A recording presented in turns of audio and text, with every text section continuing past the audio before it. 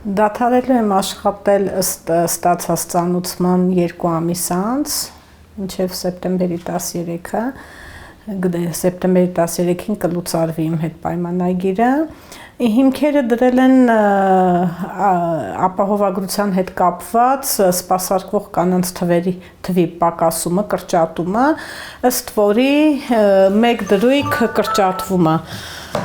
բաժնից, կանանց կոնսուլտացիայի բաժնից եւ չգիտես ինչու այդ դրույքը միայն իմն է։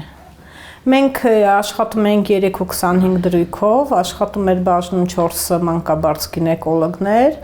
հիմա դառնում է 2.25 եւ որոշվել է, որ այդ ամբողջ դրույքի պատասխանատվությունը կորուստը կապվելու է միայն իմ անձի հետ։ Նու հանել են նաեւ վարիչության հաստիքը մեկնաբանելով, որ փոքր բաժնում վարիչի հաստիքը նպատակահարմար չի, բայց արդեն 21 տարի է այս բաժանմունքը ստեղծվել է նախ իմ շնորհիվ եւ կանանց կոնսուլտացիայի համար վարիչը դա բաժնի մեծության հետ կապված չի, հա, ինքը ունի բավականին ծանր եւ լուրջ եւ ադմինիստրատիվ եւ բուժական աշխատանքներ, որը հարկավոր է համակարգել։ Նու ինչեւ է հիմա կարիք չունեն, վարիչությունը այդպես կրճատվեց,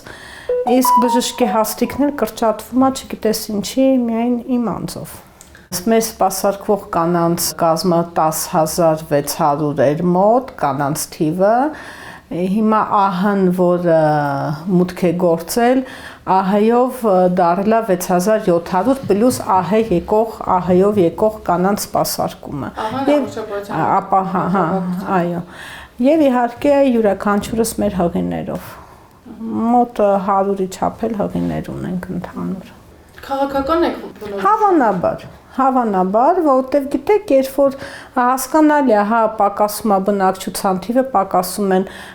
առաջնային օղակի սպասարկվող հաստիկները, ու կարելի է հասկանալ, հա, այդ ամեն ինչի մեջ ինչ որ տրամաբանություն եւ օրենքի տարեր կարելի է գտնել, բայց երբ որ այդ կրճատվող հաստիկը ուղղվում է զուտ մեկ անձի համար, որ ոչ հաստիկը կրճատվել է եւ այդ հաստիկի տերը միայն այս անձն է, դա արդեն մի քիչ մտածելու տեղիք է տալիս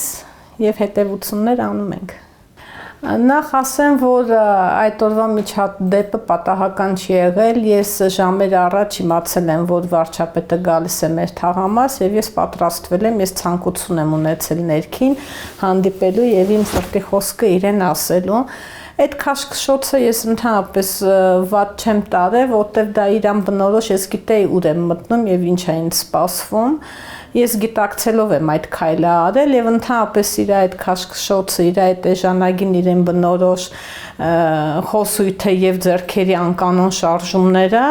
իմ համար տարօրինակ չէր, ես ինչ որտեղ հոգեպես դրան պատրաստ էի, գիտեի ում եմ հանդիպում եւ ինչ է ինձ սպասվում։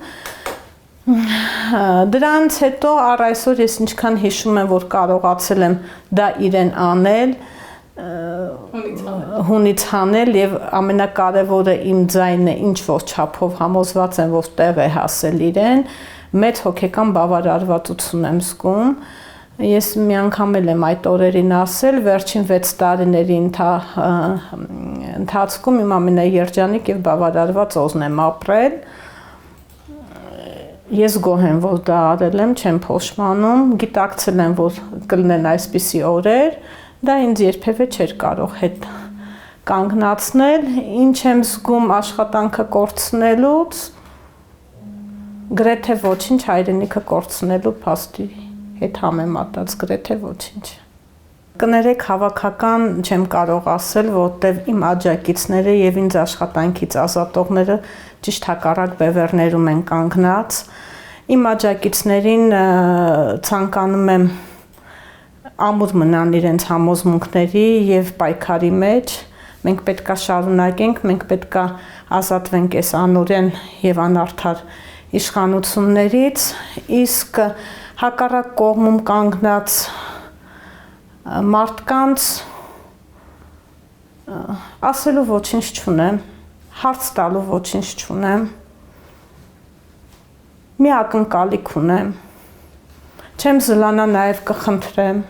Իսկ Սեր Աստծո հեռացեք, հերիքա։ Հեռացեք։